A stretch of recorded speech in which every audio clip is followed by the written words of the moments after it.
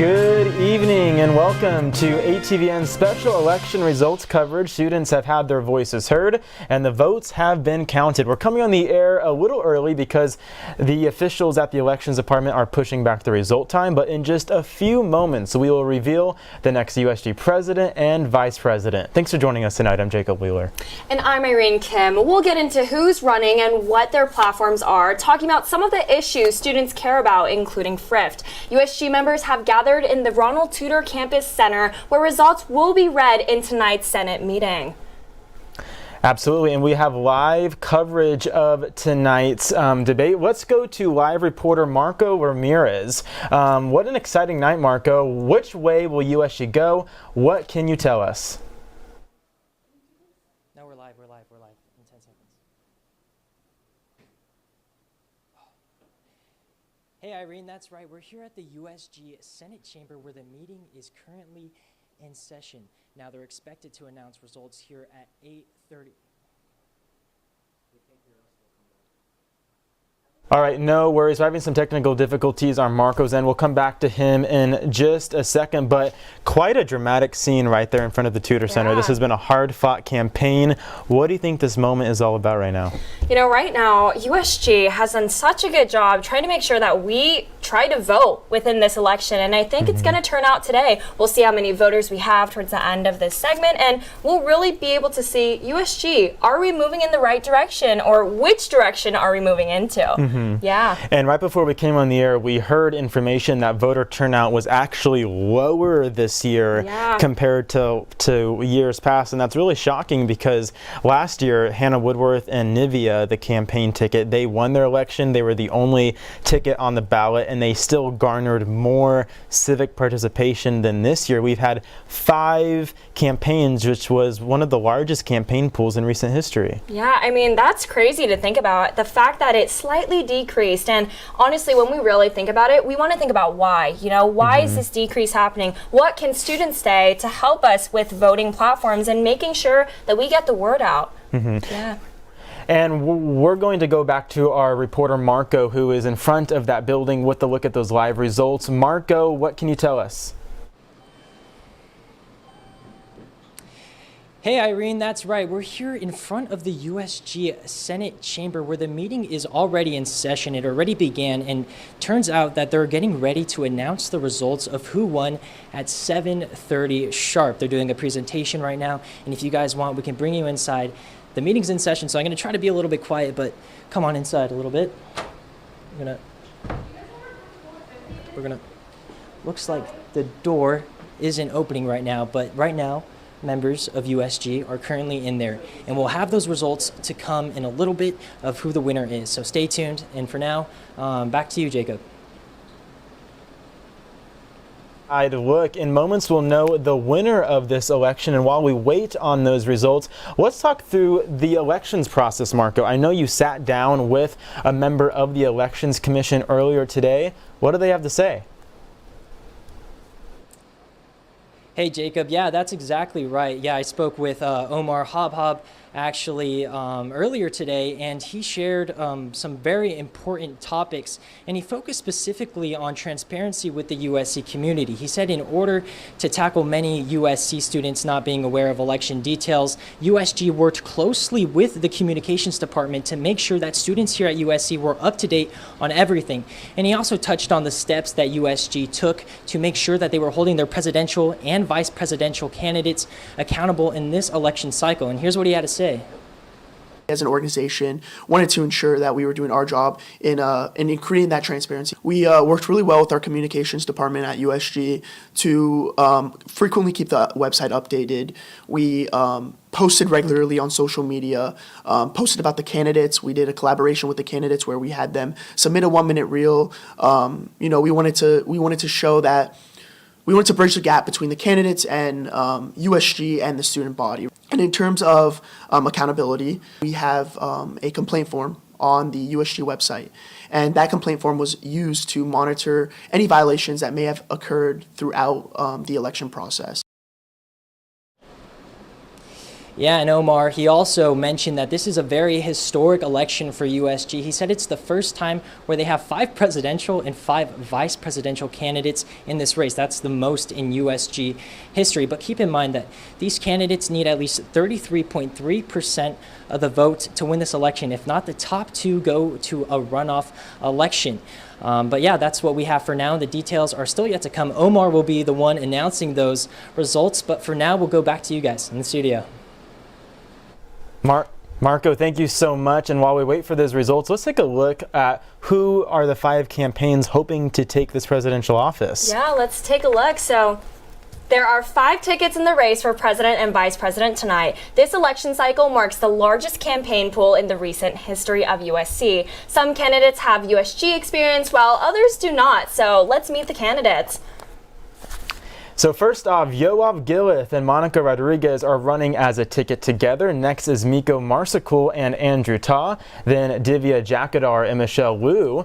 Devin Ayala and Navya Singh have also thrown their hats in the ring. And last but not least, Aiden Faiguri and Ashley Kai. Irene, let's start with the Faiguri and Kai ticket. They have received some high-profile endorsements. The Daily Trojan last week endorsed their campaign on that dramatic social media post on Instagram. They said that their campaign, quote, possessed the most realistic, rational, and believable platform. USC Flow, that feminist organization on campus, also endorsing their sexual assault prevention platform.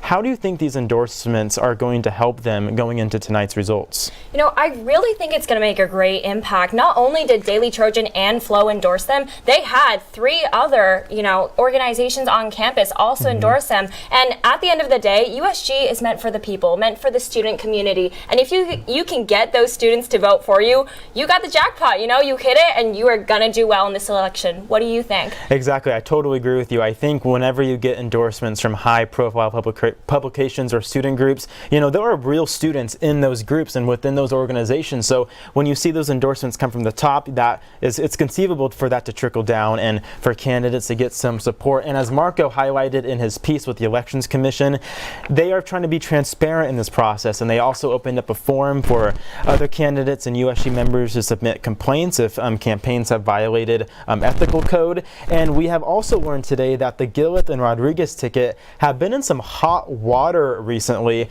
The USG Elections Commission have found the campaign guilty on 2 campaign violations. Yeah, that's right, Jacob. The campaign was using the same Instagram account that Gillith used when he ran for Senate. And the Elections Commission says Rodriguez knowingly misrepresented her role on the External Affairs Committee as the role of vice president. And during their hearing, the campaign said they have felt targeted by the council.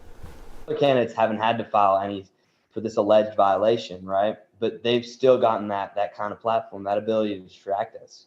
So I've seen this exact same violation on other campaigns that you guys are alleging here, but the committee is choosing to look only at ours, and I'm a bit concerned, and this happened as well last year when I saw a lot of, posters that were campaign violations and easily visible. And the difference in the application of justice wasn't, it wasn't the problem at hand. It was kind of that system of complaints where last year the elections. And this is not the first time the Elections Department has dealt with campaign violation disputes. They've handled some in the years past, but notably, this campaign specifically, the Gillith and Rodriguez campaign, were found guilty 2 out of 3 complaints. One about an Instagram dispute. They used the same Instagram as last year. Yep. The other, the vice president allegedly, misconstrued her past experience. But, what do you think the actual impact of these violations are going to have on this race? Honestly, I'd say slim to none, Jacob. And the reason why is because we'll get elections in about a minute. Today, the violations came out, but that does not mean that people haven't voted until today. This entire week, they had time for that. And now we will actually see who the new presidential and vice presidential candidate will be, the winners. Exactly. The moment is finally here. We are just getting word in about a few seconds. We're going to hear some live results. What do you think this moment means right now? I think it's so important as, someone who also follows student council and student government in such a large mass and way. I would love to see what happens after this election. Will they stick to their campaign promises or will they fall to defeat on what they say? And it's 7:30 now. Let's go live to the Tudor Center campus with a live look at election results. Everyone on the team, I can't name everyone, but everyone in communications department, you all crushed it. We got Mayor Bass, which is insane. All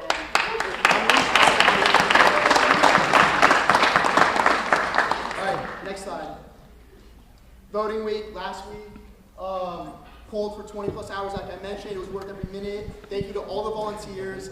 All the donuts and stickers were given out, so that's a big plus. That's a big plus. Right now, Omar is speaking, and election results should be coming in any moment now. 4,105.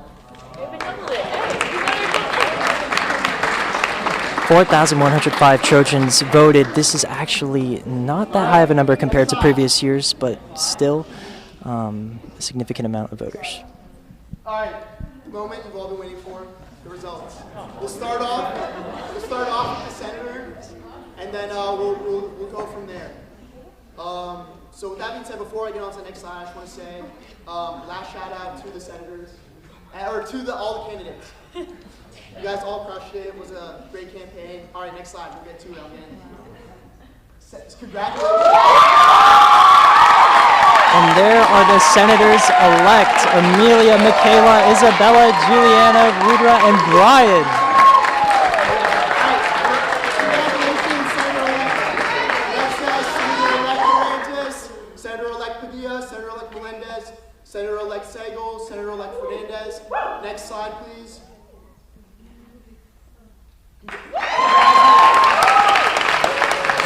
Congratulations, Senator-elect Calhoun, Senator-elect Sobar, Senator-elect Schaefer, Senator-elect Velasquez, Senator-elect Schwent, Senator-elect Spire. Next slide. All right. There will not be a runoff. Omar has announced that there will not be a runoff. This means that any moment now, the winner will be announced. Votes, which accumulated to 1,565 of the total votes casted. And next slide, please. Your next USG president. And here we are. The winner is going to be announced. Congratulations, President. And there you go, Divya, the presidents for USG, just announced.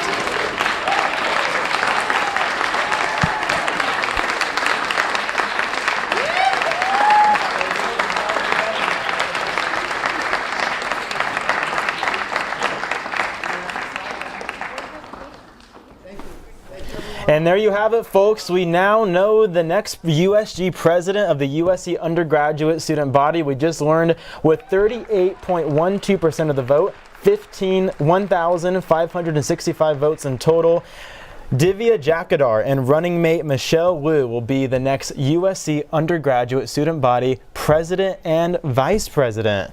Wow, I mean, this is crazy to think about, you know, they did not have a runoff, and now we officially have our new presidency. I mean, we wanted to go a little bit more into their platform and see what they're promising the USC community here. And one of the specific things we want to talk about is their platform mentioning the integration of USC ID cards onto mobile devices. That could be huge for us who, you know, go to Seeds or go to any of these places where you got to take your card out, swipe it into the card monitor. You know, this can be changing stuff.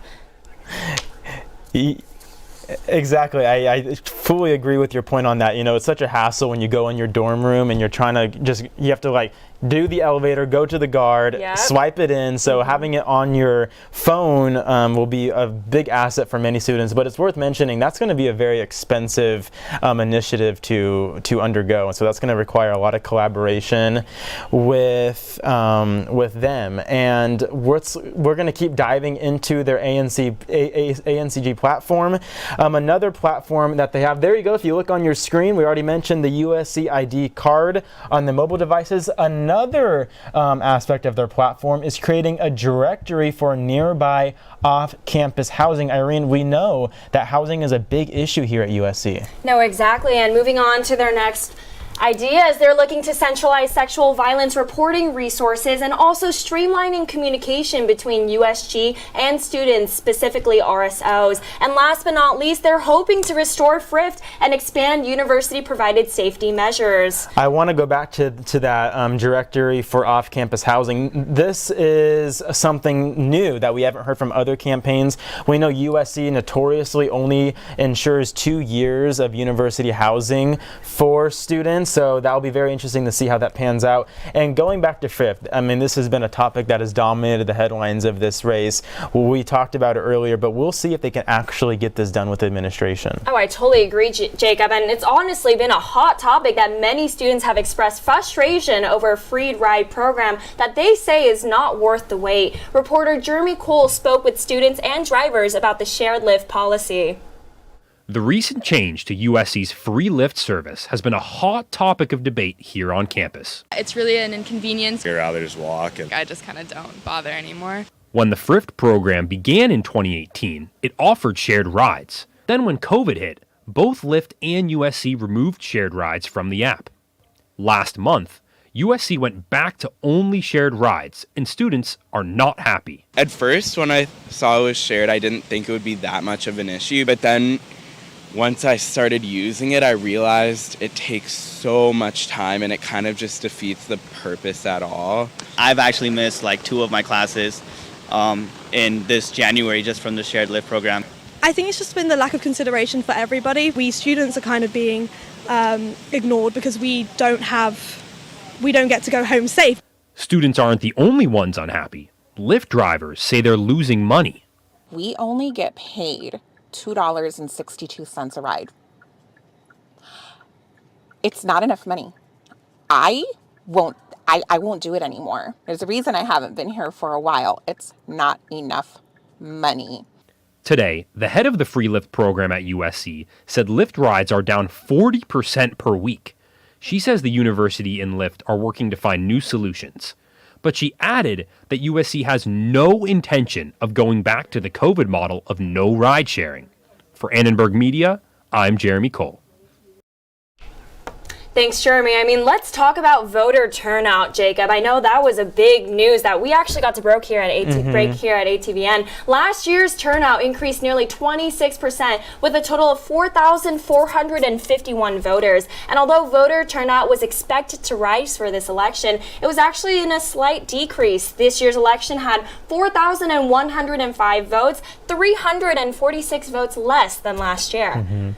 Yeah, Irene, you laid all out the numbers right there. I think it's really a punch in the gut for current USG leadership. This is, I mean, for them to not increase voter turnout this year after all of the work and dedication they put into this campaign must be an alarm bell singing for current USG leadership. You know, we saw that video of LA Mayor Karen Bass encouraging Trojans to defeat. I don't know who else they could have gotten to get people to vote other than the mayor of Los Angeles. So if the mayor of LA can't, you know, inspire Trojans to go out and vote for their student representatives, I'm not sure what can, but I think it's just really a testament that if USG really wants to cultivate civic engagement and get more people out to vote, they need to start earlier in the process and keep people engaged in the dialogue. You know, last year, I know that campaigns, they incentivized students with free donuts across last year. That's obviously a big incentive for students. So maybe they'll have to do something similar to that. But I mean, what are your thoughts on the turnout this year? I know, exactly. I mean, everyone loves a free donut, you know. I think you have to give incentive to these students, but also besides that, you need this authenticity that maybe it was missing this year with some of our candidates. When you follow focusly on social media what is going on, you really don't get a lot of what is happening within the in-person, you know, interactions we're having with our candidates. So our reporter, Marco Ramirez, actually sat down earlier today with several students about their incentive voting this election. Now, before tonight's election, we wanted to get a feel for what students here on campus are feeling, whether they voted or not. So we found these 2 students, and what are your guys' names? My name is Martin Peterson. Martin Peterson. I'm Leland. Leland. Now tell me, Martin, did you vote at all in this USG election? Unfortunately, I did not get around to voting in this year's election. And did you choose not to vote because of personal interest, or you just didn't manage to get around to it?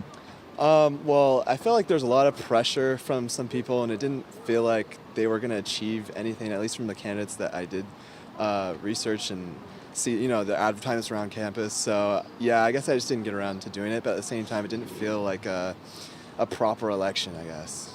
I don't know. Why do you say that? Well, because all these candidates I get followed on Instagram purely for the purpose they send me a DM on Instagram saying, hey, vote for me. And so I don't feel like I should vote in an election where it's like people are doing stuff like that. Do you foresee yourself in the future maybe wanting to vote in other USG elections that are coming up? Sure, yeah, definitely. Just this time around, I guess I just had a bad first impression. And for you, did you vote in this USG election? Yes, I voted. And why? What made you want to vote? I just thought that there needed to be like a little bit of change on campus. I'm not really sure how much of a difference the USG can make in implementing these changes, but like one thing I really wanted to see was like bringing back Frift and not like the shared lift system. And yeah, that was the main reason I felt like impelled to vote this term. Well, thank you guys so much. Thank you. Now, in just a little bit, the results will be released behind me, right here at Ronald Tudor Campus Center. So stay tuned to ATVN and we'll have more. For Annenberg Media, I'm Marco Ramirez.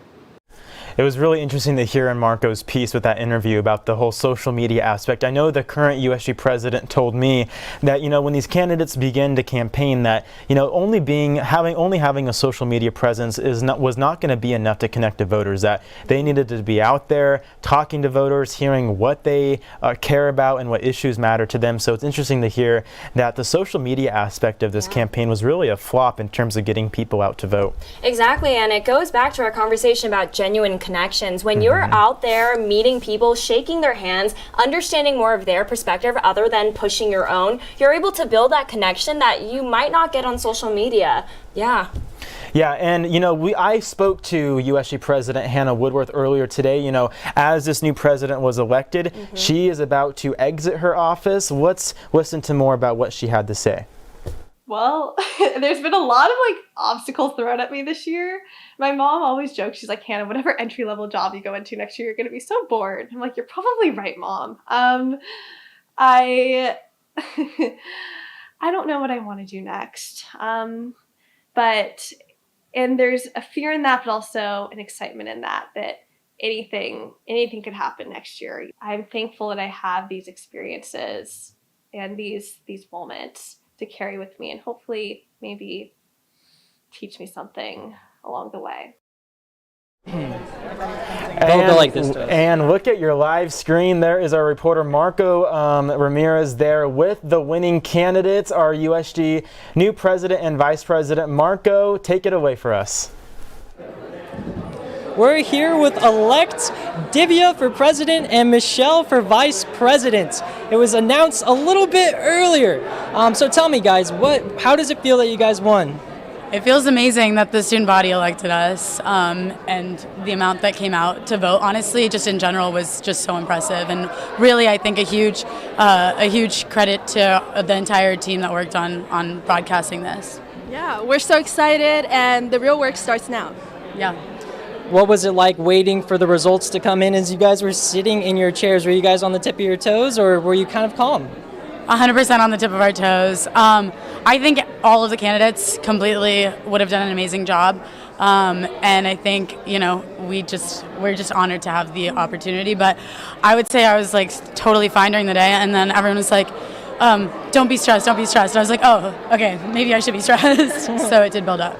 And how about you, Michelle? Definitely nerve-wracking, but I was just saying, we put everything out there. We did as much as we can, so should be proud and grateful regardless of the results. And now that you guys are both in office, what are some of the first steps that you guys want to take and to start taking action right away? So one of the first things that we want to do is push for that housing directory that we spoke about during the campaign trail. We really want to make sure that the things that, we have short-term goals and we have long-term goals, and we want to push out the resources that could be useful to students now as fast as possible. Do you have anything to add? Yeah, definitely. I want to speak to as many people at our school as possible. We want to reach out to more diverse student bodies to represent USG, to get student input, and I think just broadcasting everything and getting all of the direct student input is one of the most important things we can do. Yeah, and to briefly add, also to see how we can work with the newly elected senators too, to get that direct student input now as they begin to formulate, their big projects for the upcoming year, so that we kind of hit the ground running. Yeah, and can you guys talk a little bit about your USG Truesdale office that you guys plan on implementing here on campus? Oh, yes, totally. So it's kind of like a portable office idea where we have been tabling over the last year as senators. Not that often. We really want to increase that. And basically that idea is that we stand there and we answer any questions that students might have while passing us. Our idea is to make sure that we're really effectively utilizing our time. We have some sort of outdoor office hours where students in student government are working while also having that sign there and being open and ready to answer questions for general students, where students are actually likely to come and approach us. Yep, everything she said it all. And lastly, I want to ask, how are you guys going to celebrate this victory? I think we're going to go out with our campaign team right now. Nice. So excited to do that. Just big shout out to our campaign team. You guys are the best. Yes. Everyone that we've met along the way, even those that didn't vote for us, everyone, even you that is interviewing us right now. It's been amazing just to see how excited students are about making that kind of progress, and we hope to work for all students anyways. Yeah, we're super grateful for the opportunity. Yes. Well, congratulations to both of you guys, and thank you for doing this interview. Really appreciate it. Go out there and celebrate. Thank you. Have a good one. Yeah, of course. You as well. Bye. We'll send it back to you guys in the studio. Marco Ramirez with that exclusive interview with President-elect Divya Jakadar and Vice President-elect Michelle Wu. They said they're going to go celebrate, and after the celebrations ring in, we heard them that they're going to talk about the housing director. We just talked about that. That's going to be a big issue for students, and if they're able to get that done, that could be a game changer for students, really. Exactly, and I love that Michelle said the real work starts now, and I totally agree. Now we're going to head on straight forward on these issues and make sure that we get these to the students. Well, it's been wonderful sitting next to you tonight, and Marco there with our live report. Again, just to cap, if you're just joining us, Michelle Wu, elected Vice President, Divya Jakadar, the new USC Undergraduate Student Government President. For more coverage, you can tune in tomorrow for USC Annenberg TV News with all of your election coverage and recap. We want to thank you for joining us tonight. I'm Jacob Wheeler. And I'm Irene Kim. For more coverage, watch and subscribe to our YouTube channel at youtube.com/Annenberg Media. Good night. Wow, what a night.